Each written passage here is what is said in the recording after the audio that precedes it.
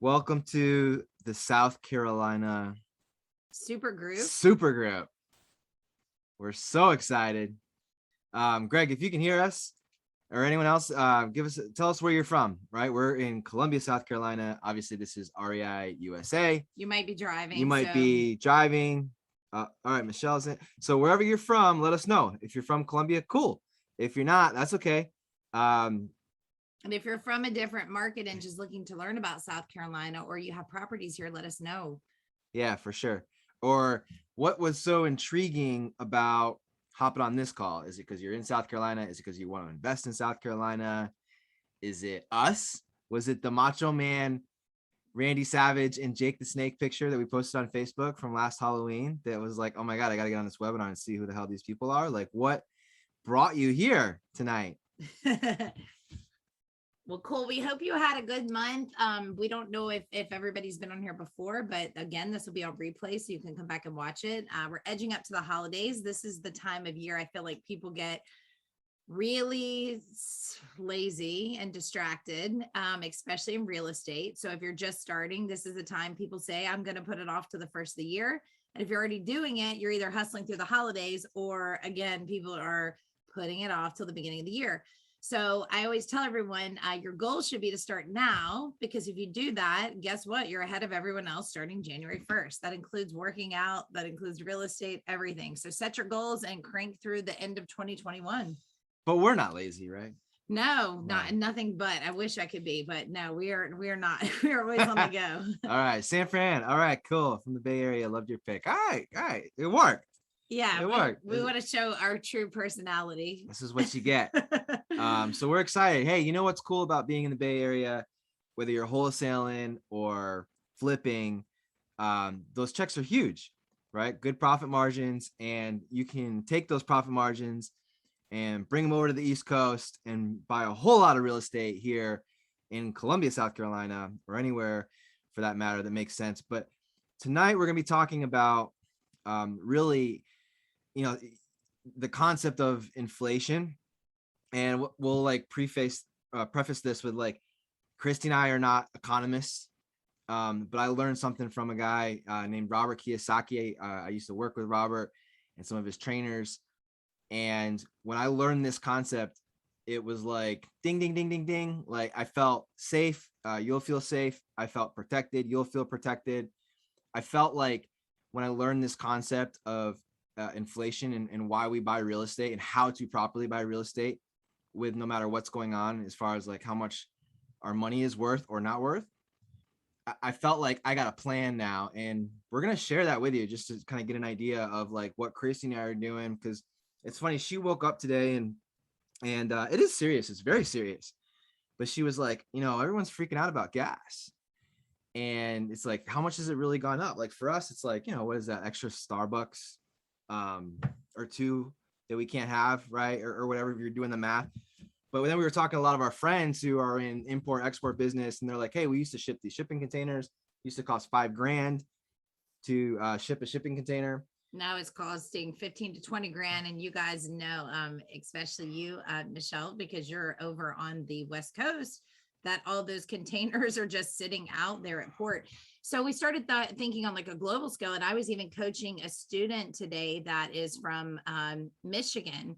And he was talking about gas prices and pre-buying gas on his properties that he owns. And I was like, yeah, you don't think about how every little thing affects you, but what really affects everyone negatively, which drives me insane, is the media all the time, because we, all of a sudden watch everything. Oh my gosh, the supply and demand, there's no houses. You can't get a house right now. We have to overpay for everything. There's no deals. Everybody's getting them. And it's like, guys, I literally ask everyone, if I were to ask each of you, do you know someone that's passed away recently? Do you know someone that's had a baby? Do you know someone's lost their job? Do you know someone that got a new job? And we all know these people. So there's all situations. So just know, like, we're here to show you that before you ever buy real estate, understand why you're doing it and what's going on. And Noah's going to walk you through some of that. Thank you for making that so simple. I was complicating things. So what's the why behind what we do? So if you're like me, you don't just like to know what to do, but if you have a greater understanding of why you're doing it, then you might be better at it. right? Instead of just going into it blind and saying, I'm buying rental property. Why am I buying rental property? I don't know. That's what the book said, right? Rich Dad, Poor Dad. That's when I get out of my job. Yeah. If I get enough houses giving me $300 a month, how many houses do I need? That's a part of it. That's a part of it. But the bigger part, the big picture part, is hedging inflation for times like this. So I'm going to draw something with you, and I don't have a whiteboard, but bear with me. And if you're taking notes, draw this in your notebook too. If you have a notebook or an area to take notes. And again, if you're not in front of the notebook and you're driving or you're cooking dinner and it's craziness and chaos in your house, or eating dinner while you're watching this, then you can go back and watch this on replay. So I'm going to share something with you. It's super simple, super basic. So simple that this is stuff that we should be sharing with our kids in elementary school, middle school, and teach them this stuff, but so high level that businesses look at it every day, right? And the most successful investors look at it every day too. And so we've got something on here called income. We've got something called expenses. I'm also going to write an A. It stands for assets, and an L stands for liabilities. You guys see this? Can you see this, Michelle? Right? So income, expenses, assets, and liabilities. Really what I've drawn is a very elementary income statement and balance sheet, financial statement, right? And so most of us are taught, hey, go to school, get good grades so that you can one day go out and get a job, right? Being miserable, right? And that's why you're all here. that's how most people make their money, right? And then we have expenses, don't we? We have bills. So, right, got your income from your job, got your expenses. What's left over, if there's ever anything left over, is our cash flow, right? And I'm going to take the leftover money, and what most people do is they'll take whatever's left over and they'll put it in a savings account, right? So the savings, your cash is essentially, Christy's like my whiteboard, is like, because he's just moving it fast, and some people have goes to an really asset column, right? This. That's an asset. Now, what's crazy, what's happening right now, like God forbid someone loses their job, what happens to their income? Down to nothing. Goes away, right? If they only have one way of making money. But right now, I'll ask you guys a question. Is the value of the US dollar, is it going up or is it going down? What do you think? Is it going up or is it going down? And what's crazy is that most people, right, are starting to realize that the value of the US dollar, correct, is going down. So when someone has money sitting on the sidelines in savings, the buying power of that money is decreasing. And the same thing holds true if it's in, 401k savings account, whatever. It's just cash, right? Or certificates for mutual funds, whatever, right? So the value of this money is going down. So, and if anything, what happens lots of times too is these people are buying things and taking loans out to buy things that go down in value, like cars, right? The boat, credit card for the vacation or the clothes or whatever, right? So they're liabilities, right? Or as Robert calls them, doodads, if you've read the books, right? So this is what we call working for money, where you're trading time for money. Now what's the opposite? See if you can help me out here. What's the opposite of working for money? The opposite of working for money. What do you think? Opposite of working for money. What do you think it is, Christy? Having money work for you. Money work for you, baby. Yeah. That's the first of the month. I went, for those of you that know the Bone Thugs and Harmony song, I played it last month on October 1st, the first of the month. It's the first of the month. Because literally all of our rents were coming in by Venmo, checking account. And I'm like, how fabulous is this? Like, everyone should experience this, because that's what allows you to step away from that job. So if the opposite of working for money is having money work for you, right? So, but where do you think, as investors, where does our money start? Where does it start, right? Because it starts with a job if we're working for money. But for us, where does it start? Where does it start? Where do you think? With our assets. Asset column, right? The assets that we buy that produce our money. So as real estate investors, we have all different types of multiple streams, right? So we could have rental properties like our single family houses. We could have a nice little mobile home park, right? We could have a commercial piece of real estate We could, oh yeah. What about being a private money lender? You could be a private money lender, tax liens, right? Making money with your money. So in all of these streams, right? So there we go. We got our little portfolio there. Got our portfolio. All of these streams are providing us our income, multiple streams of income. Money's starting to work for us, right? And that's the key. I tell people of diversifying. So like when you hear all these things, oh my gosh, the pandemic hits, nobody's renting short-term rentals. Okay, cool. What can we do to turn that into making it into something great? Now we shifted, like in our business, we shifted to travel nurses, which actually opened the door for us to go, short-term rentals are amazing. Trust me. I was just looking at our numbers for the last 30 days. But when I look at what I can do with travel nurses, I'm like, we need more property. Like, this is ridiculous. There's an abundance of people out there willing to pay top dollar, but we need more assets, which is an exciting thing. So it's like, So we do have expenses, right? We do have expenses as investors, but they're not bills, right? They're what type of expenses? Electric bill. Yeah, but what do we call that? Are we just like business, mom and popping, or are we business so we can write them off? Yeah, so they're business expenses. It's different, right? So we're building this out. Now, what does this have to do with what's happening today? Well, I'm going to ask you a question because it was kind of a trick question. But when I asked, hey, where does our income start as investors? Christy like spat out real quick. She said, hey, it starts with the asset column. I would even go a little step further and say it might start with this column right here, which is our liability column. Now you might be saying, well, what do you mean liabilities? Liabilities are bad. Well, as investors, when we're buying these houses, when we're buying apartment buildings, mobile home parks, our rental properties, are we using all of our own cash, or are we leveraging other people's money? Leveraging. Perfect example. We actually have a private money lender on one of our rental properties who is extending, and she's going to hold the note on it. We're not even getting a mortgage from the bank. We're using her as the mortgage holder, which is pretty cool. Yeah. So here's what's great. So the ability to create these multiple streams of income really comes from our ability to be able to figure out how to acquire good debt, right? Good debt buys assets that go up in value and produce cash flow. Now, here's what's happening right now. So when everyone's freaking out about the value of the dollar and inflation and all this stuff, here's what's cool. Historically speaking, are interest rates really high right now, or are interest rates really low right now?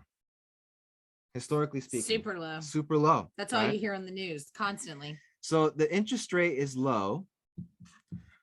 But what's happened with all the prices of all these houses? It's gone up. What? It's gone what? Up. Up? Food, everything. Okay. The price of everything have gone up. So yeah, really, all of our rentals, the value of our assets are going up, right? Now, as far as the rents, are rents going up or are rents going down? What do you think? Up. Especially in that Bay Area, they are up. I can't even believe it, but our area has drastically climbed. So everyone's freaking out about inflation here. So what's happening is the rents are going up. The values of the properties are going up. Now, when we take out a loan, we have, a mortgage to pay and a principal, right, that we've borrowed. But is that debt the longer we hold on to it, is that debt going up, or is that debt going down? Down. And who's paying that debt down? Is it us or is it our tenants? Our tenant, right? Okay. Which is awesome. So the tenants. So what's happening is that when we buy real estate, see, we love the cash flow. The cash flow is good. I wouldn't recommend it. You probably wouldn't recommend it either. Buying cash flow or buying a rental property that doesn't make money. Like that doesn't or a minimal amount of money or breaking even. Like there has to be like, I hear people say that all the time. Oh, it's cash flowing $200 a month. I'm like, okay, there's better investments. One in my mind, find the right ones, but yes. So what's happening now is the value of the assets are going up. Someone else is paying down the mortgage. The value of the rents are going up. So our cash flow is increasing. Our net worth is increasing, right?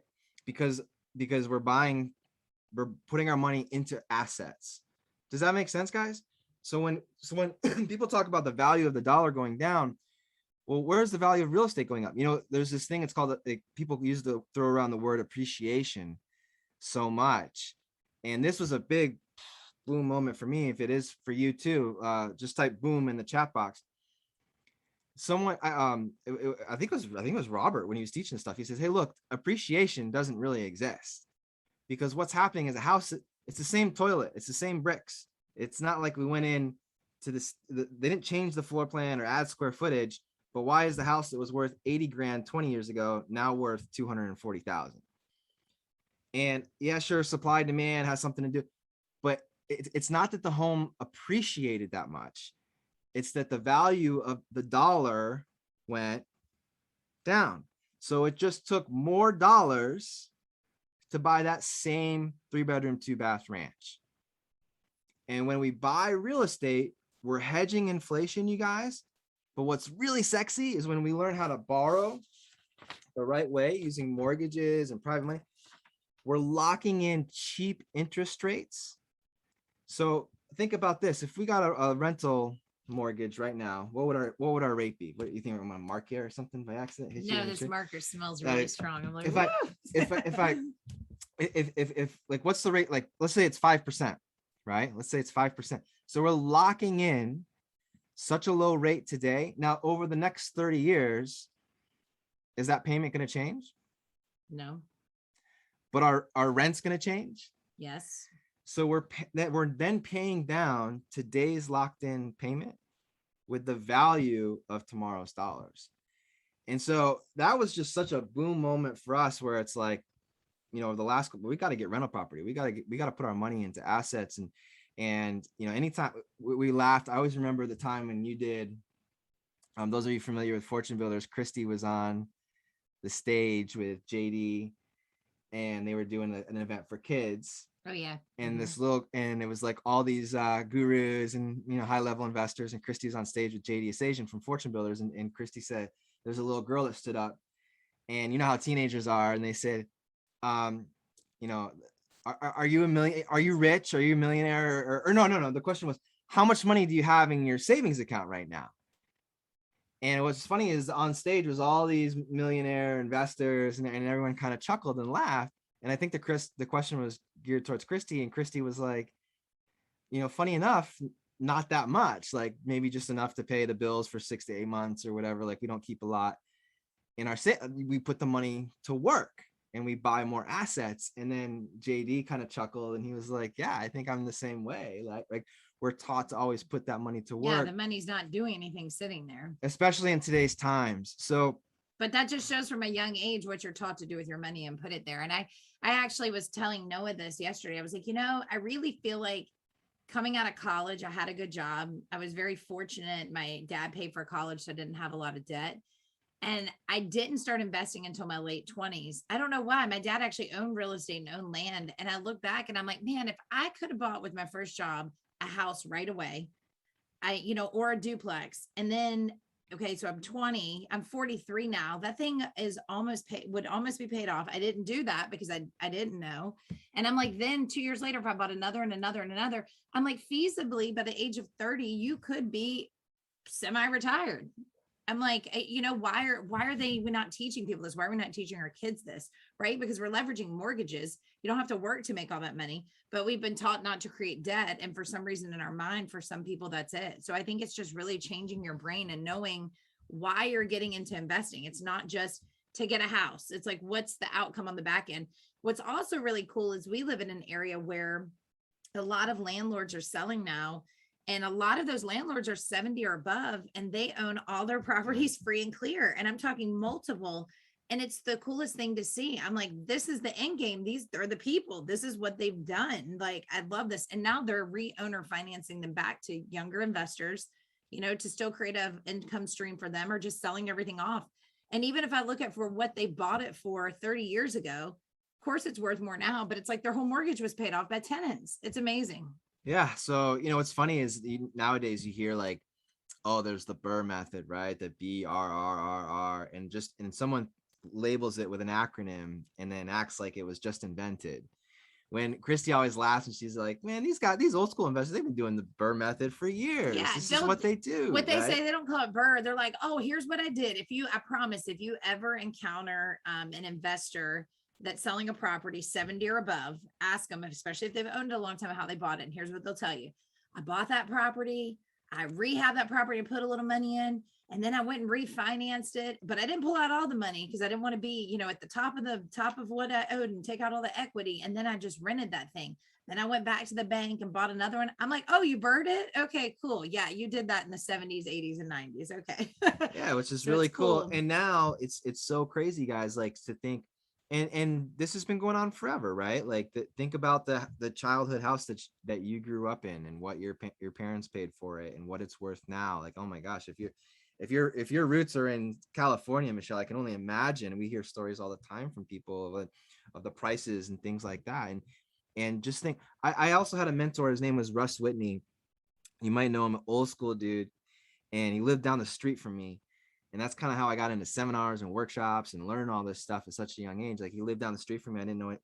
He just did real estate. He had an elevator in his house. He's like, this guy, I want to do what you do. And he would always say, one more house. Like, I think he even like coined it or trademarked it. The Russ Whitney, like, buy one more house strategy. And it's funny, is anytime that we're like kind of complacent or we're like, man, I don't know, should we do, do we want to do another one, and a deal comes across our desk, I always think of Russ and saying, hey, if you just had one more house, because think of what it's going to be worth when you go to cash in, or for your kids, they're going to own another house free and clear, cash flow, so it's crazy. It just takes one or two to make a big difference, right? And if your goal is cash flow to cover your monthly expenses, then figure out, okay, how much cash flow do I need? How many houses do I need in order to make that happen? And so that's the gist of it, right? So don't be scared of inflation, as long as we're buying real estate and we're hedging inflation, right? And you can cheat by shorting the US dollar by borrowing money to be able to buy those assets, which is super cool. And I want you also to think about, because here's another thing. I know a lot of people start off thinking like, I don't have enough money for a down payment to go to the bank and buy a property, right? Like, how can I get started? And that's why a lot of people, we teach the strategies of wholesaling or rehabbing to kind of generate that money and do. But I think there's a lot of opportunity out there with people, and this is something, just casual conversation. So I have a friend who has literally worked in the education field. She's highly educated, like almost PhD level. Her and her mom came to Columbia to just vacation here, and they knew we had short-term rentals, and we've been friends for probably, I don't even know, 15 years now.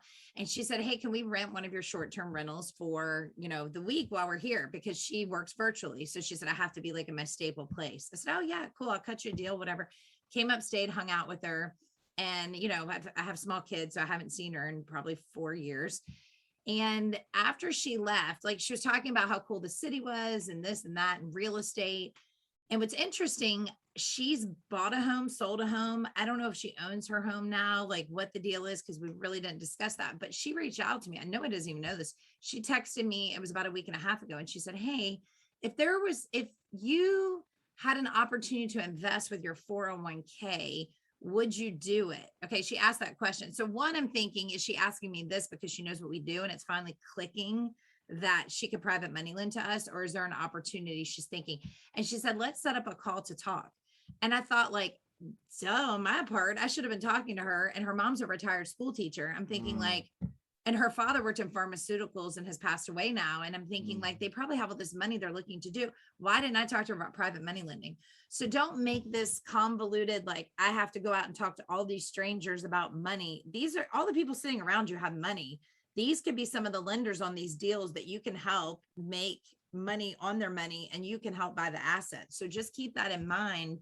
It's not just the traditional bank. It's not like, I have to go on wholesale a lot and do that. No, you don't. You really don't. There's a lot of people with money, and they're looking for a place to put that right now. So keep that in mind when you're talking to people, especially if they've worked a job for a while. So yeah, it's just an interesting strategy. The more we talk about buying more rentals, because I told Noah, I'm like, I feel like I need to catch up, because I was always flipping and wholesaling in my 20s and 30s. Right. And I bought some rentals, but nothing crazy, because I just I wasn't married, didn't have kids, didn't think about that. And then boom, married, kids, you start thinking about the longer term. And now we've started buying bulk passive income. And that's really our goal. Like we love the business, but it's like, I don't know where you guys are at. Like, are you guys in active mode right now? Like, text in the chat box, like, hey, I'm in active mode, I'm flipping, I'm wholesaling, or I'm in passive mode where I'm looking to put my money to work.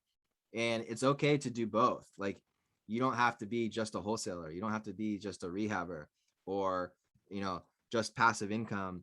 If your goal is, I always tell people this, if we're on a coaching call or talking with someone, people always ask, hey, what should I do? And I always say, like, well, what means more to you right now? Is it getting a check for 40, 50 grand, getting that might take 6 to 8 months, doing something new that you've never done before, or making faster 10, 15, 20,000 in 30 to 60 days? Or do you have money in the bank and you're freaking out because you're not really sure what to do with it? Like, what means more to you right now? And then you can kind of steer and say, well, you know what, I could use an extra 15 grand in 60 days for sure. Then we know, like, okay, maybe wholesaling is a great place to start. But then the key to all of this is, once you make your money, what do you do with it? Right? What do you do with it? And remember, a lot of these investment tools of passive income help you with write-offs and help you on your taxes. Yeah. I mean, that's where we saw a major drop of, hey, if we're making all this active income, that's fabulous. And yes, we have write-offs, but if we're not putting it into something that's a tool, we're paying a lot back and we're essentially losing that money. So buying a rental property makes sense. And once that clicked, it was like, okay, game on, let's really look at this. So if you're in a market that's really overpriced, because I know, New York, Chicago, the West Coast completely, it's hard to cash flow. It really is. You do get that higher amount of equity if you buy, the equity grows. But if you're looking for, hey, we've got a little money we want to tuck into a market, the South Carolina market is awesome. So if you find a deal and you need some help, or you need a title company or those things, we're here. So definitely reach out to us, because that's why we came onto REI USA and talked to Stacy, because it's like, we're in a fabulous market. I know there's a lot of people that want to invest but are afraid to, and we have these resources built for you. That's part of the super group. Yeah. And if you wanted to talk about that, we could definitely talk about that. Like, we should do a webinar on like how to invest where you don't live. Yeah. Remote Because there's a lot of mistakes you can make if you're not wrong property management company, wrong neighborhood, wrong zip code, all of that. And I see it all the time, because just because something's cheap, which we do have cheap properties here, does not mean it's a good investment per se. And bad property management can really kill the deal.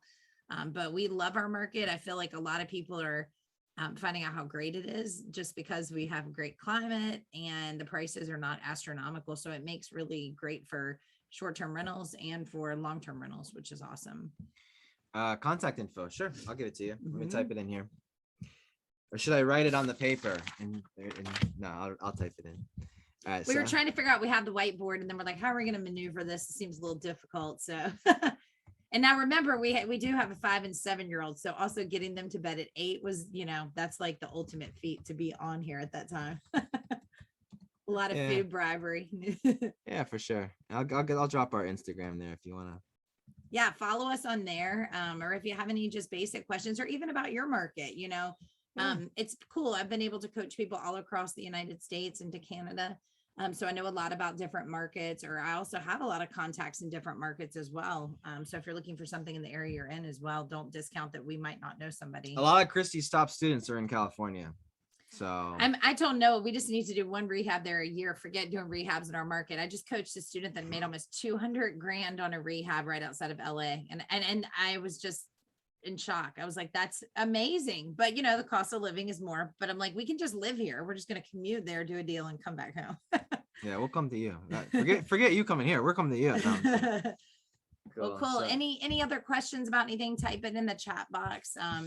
We just wanted to kind of go over that tonight. I feel like there's a lot of education piece on REI USA, which is amazing. Mike does the wholesaling, there's land, there's rehab flipping, and we could teach about that. And not that we might not have a different spin, but we thought, let's teach a unique topic that probably nobody's teaching on here, which is cool. And if you have any things that you want to hear about or us educate and teach on, please let us know, because we'll frame our next month on that. We do it on the third Thursday of every month. Yeah, I mean, don't make me post another picture wearing a fake mustache to get you guys attention about what you want to learn. Like, if there's something you want to learn, let us know. And if we don't know it, if it's not our forte, like we'll find the person that's the expert And bring them on and get them on the big show. Because we believe not only literally just about real estate, but it's all about communication. It's all about, your network. We not only do this super group, but we also do a local meetup here in Columbia, just to educate and bring on more people and kind of reach our span to others in the community. Yeah, that'd be a good one too. How to set up a networking group in your area and kind of like be in the forefront of leads and not even just real estate. I tell people that. So like with networking, I'll touch on this for a second, because we think it's so important to go to a real estate networking event. And sometimes you get there, and I was laughing because I was saying this yesterday. You get there, and if it's not positive and people are like complaining and negative, or they're not doing anything, you go there and you're like, okay, I'm going to get fired up to go to this meeting. And you leave there and you're negative. You're like, nothing's going to work. I'm in the worst market ever. Everybody's talking about the same thing. So we started a networking event, you guys. This is really good. It's kind of off the topic, but I think it's cool. We started a networking group, and it has nothing to do with real estate. It was just like, hey, are you a small business owner? Are you a business owner? You want to meet some cool people? Connect to people. Like, we're going to meet at this brewery or this spot every third Wednesday of the month or whatever it was.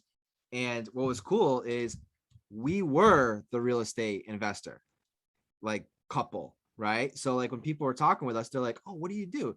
And we're like, oh, it's so interesting that you asked that. Have you ever seen the TV show Flip This House? And then everybody was like, oh my God, yeah, tell me more. Whereas if we were at like a real estate networking group, you're just another person. You're like, ah, get out of here. You're like everybody else. What was cool on the flip side, we met a ton of owners of restaurants downtown, a guy that worked at the state capitol, like very high up. We became really good friends with all these people. So private money lenders, right? Mm-hmm. Like, hey, what do you do? Well, I own a business I do great, but I'm so busy. I hardly could make it out here tonight.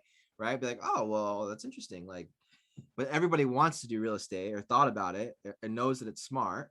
So then we would just be like, hey, well, there's a way where you can get involved. It doesn't necessarily have to be flipping a house. Like, that's what we do. Right. Yeah. It was pretty cool. So know that like, there's so much outside of just learning how to wholesale a deal that goes into this, that I think it's just, let's wholesale a deal. You're like, okay, great. I'm going to learn all that and I'm going to market. And then you're not truly like building a business. So that's another thing, like your social media presence, right? We could even teach on that one month, like just going through and like, even if you're a beginner and you don't have a lot of experience, how do you look like a professional to others? Because I know that's really scary to say, oh, go to a networking event. You've never done a deal. Just tell everybody you're new. It's like, I'm not going. Yeah. So really just kind of focusing on some stuff like that within your business. So that'd be a good idea too. We should be writing this down. Yeah. Right. So these are to come. And we'll go back and watch the replay for our ideas. Hopefully you guys have a good rest of the month, and amazing Halloween if you're trick-or-treating. Or it's good you and your husband work together too. That's awesome, Michelle. It's nice to be able to hang out all day like we are tomorrow. Yeah, we love it. We went for a walk on the river the other day, had breakfast. The kids were at school. It was great. I was like, oh my gosh, this is what life can be like. We've forgotten because we've been in the grind with the little ones, right? And then they were virtual schooling last year. So I think they're happy to be away from us for 4 or 5 hours too. So yeah, so we're just like you. We're creating that lifestyle by design, but also trying to balance and juggle everything. That's life these days. So 20 and 18. Oh, what's that like? 20 and 18, boys or girls? I got to hear that, Michelle. So we have both boys. Actually, Noah has a 17-year-old too. He's pretty calm. He's just like Noah. Our two are just like me, unfortunately.